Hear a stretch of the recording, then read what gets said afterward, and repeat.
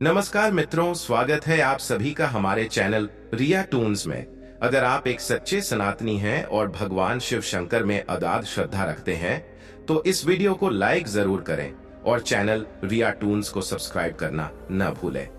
दोस्तों, गरुड़ पुराण में स्पष्ट कहा गया है कि जो कथा अधूरी छोड़ी जाती है वो पाप का कारण बनती है। इसलिए कृपया इस कथा को अंत तक जरूर सुने। तो चलिए देर न करते हुए आरंभ करते हैं आज की यह प्यारी सी कहानी। गांव शिवपुर अपनी सादगी और सरलता के लिए जाना जाता था। वहां के लोग सीधे सादे और मेहनती थे, परंतु उस गांव में एक व्यक्ति था जो अपनी बुद्धिमत्ता और चतुराई के लिए मशहूर था। नाई धनीराम। धनीराम की दुकान गांव के चौराहे पर थी, जहां लोग न केवल बाल कटवाने आते बल्कि गॉसिप, पंचायत और किस्सों का भी मजा लेते। लेकिन धनीराम से भी ज्यादा चर्चित थी उसकी पत्नी चंपा। चंपा कोई आम महिला नहीं थी। रूप में तो मध्यम थी, पर उसकी बुद्धि ऐसी थी कि बड़े बड़े जमींदार भी उसके सामने चुप हो जाते। कहा जाता था कि धनीराम की दुकान जितनी चलती है उसका आधा श्रेय चंपा को ही जाता है। एक दिन गांव के जमींदार विक्रम सिंह ने अपनी मूंछों की कटिंग कराने की ठानी। वह धनीराम की दुकान पर आया, पर उसकी मंशा कुछ और थी। असल में विक्रम सिंह को धनीराम की दुकान के पास की जमीन चाहिए थी, क्योंकि वहां से उसकी हवेली का दृश्य अच्छा बनता था। विक्रम सिंह ने चालाकी से बात शुरू की। धनीराम, ये दुकान बहुत छोटी है, तू चाहे तो मैं तुझे गांव के बाहर 2 गुना जगह दे सकता हूँ। धनीराम मुस्कुराया पर बोला, कुछ नहीं। अगले ही दिन उसने चंपा को सारी बात बताई। चंपा ने पान चबाते हुए कहा, विक्रम सिंह खुद चलकर दुकान तक आया है, मतलब उसे ये जमीन बहुत प्यारी लगती है। हम उसे यूं ही क्यों दे दें? तो फिर क्या करें? धनीराम ने पूछा। अब असली खेल शुरू होगा, चंपा ने मुस्कुराते हुए कहा। अगले दिन चंपा ने गांव की औरतों को अपने आंगन में बुलाया और बातों बातों में यह फैलाना शुरू किया कि इस दुकान के नीचे कोई गुप्त सुरंग है जो राजा भोज के खजाने से जुड़ी है। गांव में यह बात आग की तरह फैल गई। 2 दिन के भीतर ही जमींदार को भी यह बात पता चल गई। विक्रम सिंह को शक हुआ, पर लालच बड़ा था। वह 2 रात तक अपने आदमियों से दुकान के आसपास खुदाई करवाने लगा, पर कुछ न मिला। थक हार कर उसने धनीराम से सीधा सौदा करने का निर्णय लिया। पर इस बार धनीराम ने ही कह दिया, अब नहीं विक्रम बाबू, इस दुकान का मोल अब गांव जानता है और जो चीज अनमोल हो जाए वो बेची नहीं जाती। चंपा की एक चाल ने विक्रम सिंह जैसे जमींदार को ठगा सा महसूस करा दिया। एक दिन गांव में मेले का आयोजन हुआ। चंपा ने अपने कानों में नई सोने की बालियां पहन ली जो उसे धनीराम ने दी थीं। मेले में एक चोर सक्रिय था जो औरतों के गहने चुराने के लिए जाना जाता था। चंपा को भी उसकी भनक लग चुकी थी। मेला खत्म होते ही खबर फैली कि चंपा की बालियां चोरी हो गईं। गांव में हड़कंप मच गया।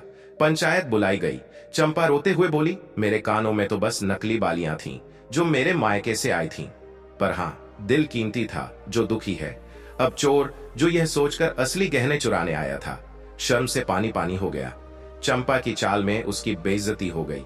बाद में गांव वालों को पता चला कि असली बालियां चंपा ने मटका भरकर दुकान की छत पर छुपा दी थीं।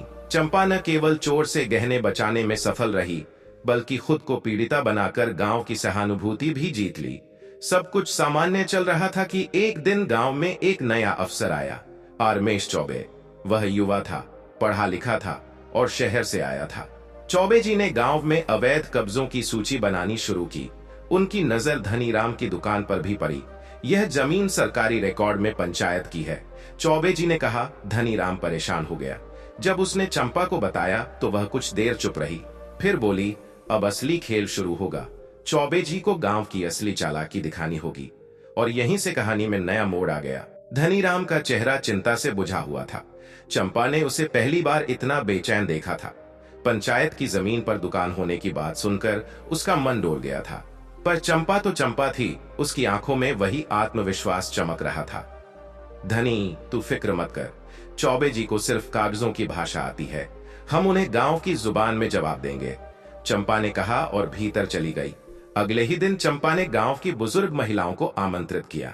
उसने एक पुरानी सी फोटो निकाली जिसमें धनीराम के दादाजी गांव की पंचायत के साथ खड़े थे। फोटो के पीछे लिखा था, इस जमीन पर पंचों की अनुमति से धनीराम के परिवार को दुकान बनाने का अधिकार दिया गया। ये देखो काकी, ये फोटो असली है, इसमें मोहर भी लगी है। चंपा ने चतुराई से कहा। एक बुजुर्ग बोली, अरे हाँ, मुझे याद है, तुम्हारे ससुर जी ने उस समय चौपाल में बाल काटने की जगह बनाई थी। तब की पंचायत ने खुद कहा था कि ये जमीन धनीराम के परिवार को देनी चाहिए, क्योंकि वो पूरे गांव की सेवा करते हैं। अब चंपा का इरादा पूरा था। गांव की स्मृति और बुजुर्गों की गवाही ही उसका हथियार बनना था। चंपा ने तय किया कि अब खुद ही चौबे जी से जाकर बात करेगी। अगले दिन वह सफेद साड़ी पहन, बालों में गजरा लगाए, 2 पन्नों की चिट्ठी और वो पुरानी फोटो लेकर तहसील पहुंची। वहां चौबे जी बैठे चाय पी रहे थे। प्रणाम अफसर बाबू, चंपा ने मीठी आवाज में कहा। अरे, आप तो नाई की पत्नी है ना? चौबे जी थोड़ा चौंक गए। जी, मैं वही, पर सिर्फ नाई की पत्नी नहीं, इस गांव की बहू भी हूं। चंपा ने मुस्कुराते हुए जवाब दिया। कहिए, कैसे आना हुआ? बस एक छोटी सी बात रखने आई हूं। आपने हमारी दुकान पर सवाल उठाया है। ये देखिए, मेरे ससुर जी और गांव के पंचों की एक पुरानी तस्वीर है, जिसमें पंचायत की मौखिक अनुमति का उल्लेख है। और ये रही कुछ बुजुर्गों की हस्तलिखित गवाही। चौबे जी ने पेपर देखा, फिर मुस्कुराते हुए बोले, देखिए, आपके पास कागज तो हैं, लेकिन यह कानूनी दस्तावेज नहीं है। चंपा ने झट से कहा, हम समझते हैं बाबूजी, लेकिन अगर पंचायत की परंपरा और गांव के साक्षी न माने जाएं, तो फिर गांव का क्या अस्तित्व रह जाएगा? चौबे जी थोड़े सोच में पड़ गए। उन्हें पहली बार एहसास हुआ कि ये महिला सीधी सादी नहीं है। चंपा ने मामला यही नहीं छोड़ा। उसने गांव के एक युवक मदन को बुलाया, जो सोशल मीडिया पर एक्टिव रहता था। मदन, तुझे वीडियो बनाना आता है ना? चंपा ने पूछा। हाँ चाची, क्यों? तो चल, एक वीडियो बना जिसमें गांव के बुजुर्ग ये बता रहे हों कि हमारी दुकान गांव की सेवा के लिए बनी थी। साथ में ये फोटो और कहानी भी बता देना। मदन ने वही किया। वीडियो में काकी, बाबा और खुद धनीराम की एक भावुक अपील थी, ये सिर्फ दुकान नहीं, हमारी इज्जत है। वीडियो वायरल हो गया। शहर से कुछ पत्रकार भी गांव पहुंचने लगे। चौबे जी दबाव में आने लगे। मामला धीरे धीरे तूल पकड़ने लगा। लेकिन कहानी में मोड़ तब आया जब चौबे जी को एक गुप्त पत्र मिला। उसमें लिखा था, चंपा जो दिखती है वो है नहीं, उसकी चालाकी का असली मकसद कुछ और है। दुकान सिर्फ बहाना है, असल में वह पंचायत की जमीन पर कब्जा करना चाहती है। तहकीकात करें। यह पत्र बिना हस्ताक्षर का था, पर बात उसमें चुभने वाली थी। चौबे जी के कान खड़े हो गए। उन्होंने तहसील के लेखपाल को बुलाया और गुप्त रूप से जांच शुरू कर दी। चंपा को इसका पता नहीं चला अभी तक। इसी दौरान गांव के 2 गुट बन गए, एक जो चंपा के साथ था और दूसरा जो जमींदार विक्रम सिंह के इशारे पर चौबे जी का समर्थन कर रहा था। गांव की पंचायत 2 हिस्सों में बन चुकी थी। अब मामला सिर्फ एक दुकान का नहीं रहा था, यह गांव की अस्मिता और सत्ता का प्रश्न बन गया था। चंपा को जब इस फूट की खबर लगी तो उसने चुपचाप एक और चाल चली। उसने पंचायत की बैठक बुलाई, जिसमें दोनों पक्षों को आमंत्रित किया। वहां वह अकेली पहुंची, बिना किसी तैयारी के, केवल एक शब्द लेकर, सत्य। पंचायत भवन के आंगन में उस दिन अजीब सी खामोशी थी। गांव के दोनों गुट आमने सामने बैठे थे। जमींदार विक्रम सिंह के समर्थक, चौबे जी के सहयोगी और चंपा के पक्ष वाले। तीनों पक्ष एक दूसरे को घूर रहे थे। मंच के सामने केवल एक कुर्सी लगी थी। वहां बैठी थी चंपा, सादा साड़ी, माथे पर बिंदी, बिना किसी गहने के, पर आत्मविश्वास का तेज उसके चेहरे पर साफ झलक रहा था। चंपा ने सभा को संबोधित करते हुए कहा, मैं किसी से झगड़ा करने नहीं आई हूं और न ही किसी को नीचा दिखाने। मैं केवल अपने अधिकार और उस दुकान की बात करने आई हूं, जिसे मेरे परिवार ने 3 पीढ़ियों से अपने पसीने से सींचा है। भीड़ में से किसी ने कहा, पर चंपा, कुछ लोग कहते हैं तुम पंचायत की जमीन हड़पना चाहती हो। चंपा मुस्कुराई। वह जानती थी यह सवाल उकसावे वाला है। उसने जवाब दिया, अगर मैंने कुछ भी गलत किया हो तो मुझे सजा दी जाए, पर मैं चाहती हूं कि एक बार, सिर्फ एक बार, मेरी बात पूरी सुनी जाए। वह अपनी जगह से उठी, एक पुराना कागज निकाला जो हल्की सी चाय की बू में भीगा हुआ था, और बोली, यह है सन 1972 का पंचायत रिकॉर्ड, जिसमें लिखा है कि मेरे ससुर ने गांव की चौपाल में दुकान बनाने की अनुमति ली थी। उस वक्त पंचायत के मुखिया थे हरिलाल काका, जो आज भी जीवित है। आप सब चाहें तो उनकी गवाही ले सकते हैं। सभा में कुछ कानाफूसी हुई और हरिलाल काका को आगे बुलाया गया। हरिलाल काका धीरे धीरे डंडी के सहारे मंच पर पहुंचे। उनकी आवाज भले कमजोर थी, पर उनके शब्दों में दम था। मैं गवाही देता हूं कि धनीराम के परिवार को पंचायत की मौखिक अनुमति से ये जमीन दी गई थी। उन्होंने सदैव गांव की सेवा की है और उनका कोई लालच मैंने नहीं देखा। भीड़ में सन्नाटा छा गया। चंपा ने धीरे से कहा, अब आप लोग फैसला करें। क्या सेवा करने वाले को सम्मान मिलना चाहिए या अपमान? सभा समाप्त हुई और चौबे जी चुपचाप अपनी जीप में बैठकर तहसील लौट गए। पर उनके मन में अब सवाल थे, क्या चंपा वाकई सच्ची है या वह बहुत चतुर तरीके से सबको बेवकूफ बना रही है? उसी रात उन्होंने लेखपाल सुशील को बुलाया और कहा, सुशील, मुझे सच जानना है। कल सुबह उस दुकान के आसपास की जमीन की पुरानी फाइलें लाना। और हाँ, वो गुमनाम चिट्ठी किसने भेजी, इसका भी पता लगाओ। सुशील ने सिर हिलाया, पर उसकी आंखों में कुछ छुपा हुआ था। दरअसल वही चिट्ठी उसने ही लिखी थी, जमींदार विक्रम सिंह के इशारे पर। दूसरे दिन सुबह चंपा की एक सखी गुड़िया दौड़ती हुई आई। चंपा दीदी, बड़ी बात हो गई है। मुझे सुनने में आया है कि चौबे जी और जमींदार मिलकर कुछ कागज तैयार कर रहे हैं। जमीन को सरकारी संपत्ति घोषित करने की फाइल बन रही है। चंपा चौंक गई। उसने गहरी सांस ली और कहा, अगर ये सच है तो अब मुझे अगला कदम उठाना होगा, और वो होगा आखिरी चाल से पहले की बिसात। उसी दिन शाम को गांव में एक नई मोटरसाइकिल आई। उस पर एक अधेड़ उम्र का आदमी बैठा था, जिसकी आंखें तेज और चाल ढीली थी।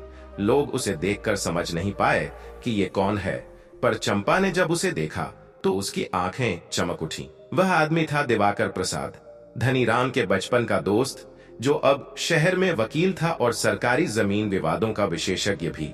चंपा बहन, मुझे सब समझा दो, दिवाकर बोला। चंपा ने पूरी कहानी विस्तार से बताई और सारे कागज, फोटो और वीडियो साक्ष्यों से दिए।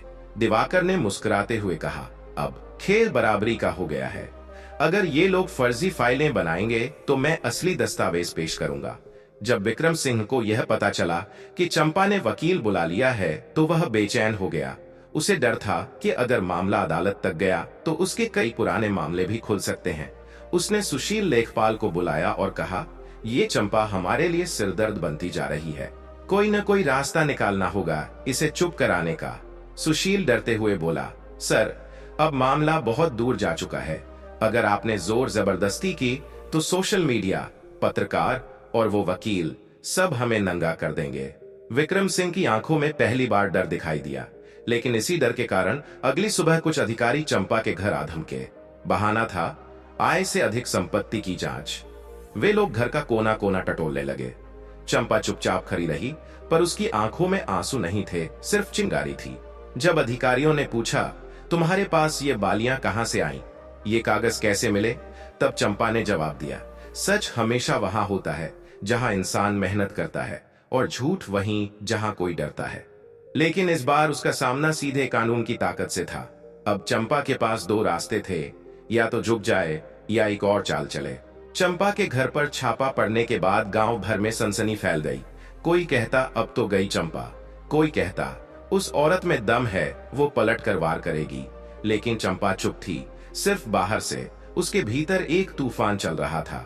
यह सिर्फ एक दुकान की लड़ाई नहीं थी, अब यह उसके अस्तित्व, उसकी बुद्धिमत्ता और उसके सम्मान की लड़ाई बन चुकी थी।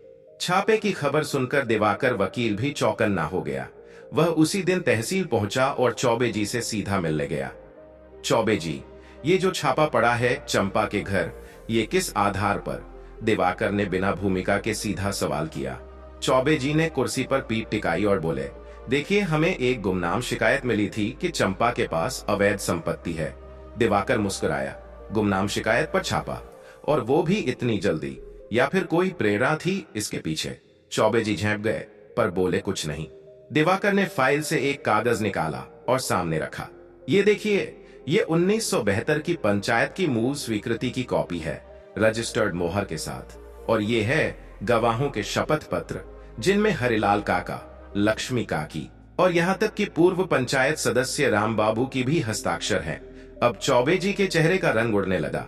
अगर आपने एक और गैरकानूनी कदम उठाया तो अगला केस आपके खिलाफ होगा, न कि चंपा के खिलाफ। दिवाकर ने चेतावनी दी। दाव में अब चंपा न सिर्फ एक बहू, एक पत्नी या एक दुकानदार थी, बल्कि एक प्रतीक बन चुकी थी, अन्याय के खिलाफ खड़ी औरत का प्रतीक। महिलाएं उसके घर आने लगीं, कुछ चुपचाप हाथ थामती, कुछ खाना पका कर लाती। पुरुषों में भी अब समर्थन की लहर उठने लगी थी। यहाँ तक कि कुछ ने पंचायत के सामने प्रदर्शन की योजना बना ली थी। चंपा के साथ अन्याय नहीं सहेंगे। जमींदार विक्रम सिंह को ये सब पसंद नहीं आ रहा था। गांव में उसके खिलाफ हवा बनती जा रही थी। वह सुशील लेखपाल से बोला, अब बहुत हो गया, उस औरत को झुकाना पड़ेगा। अगर वो अदालत पहुंची तो मेरी बाकी जमीनों के कागज भी खंगाले जाएंगे। सुशील अब डरा हुआ था। उसने धीरे से कहा, सर, अब कोई अगला कदम सोच समझकर उठाइए। मामला मीडिया की नजर में भी है। विक्रम सिंह ने गुस्से से मुट्ठी भींची। तो अब आखिरी दांव चलना पड़ेगा। इधर चंपा ने भी अपनी रणनीति में एक नया पत्ता फेंका। उसने गांव की पंचायत को दोबारा एकत्रित करने की मांग की। इस बार पंचायत खुले मैदान में हुई, जहां हर ग्रामीण को उपस्थित होने का अधिकार दिया गया। चंपा मंच पर खड़ी हुई और कहा, आज मैं सिर्फ अपनी बात नहीं रखूंगी, आज मैं सबका सच सामने लाना चाहती हूँ। ये लड़ाई मेरी नहीं, हर उस व्यक्ति की है जो मेहनत करता है और जिसे दबाया जाता है। उसने एक रजिस्टर दिखाया जिसमें पिछले 30 सालों में उसकी दुकान से उधारी में किए गए कटिंग, सेविंग और छोटे मोटे कामों की एंट्री थी। सैकड़ों नाम थे, गांव के गरीब किसान, मजदूर, विधवा महिलाएं और अनाथ बच्चे। अगर मैंने किसी से पैसा ऐंठा हो या जमीन हड़पने की कोशिश की हो तो बताओ। पूरा मैदान खामोश था।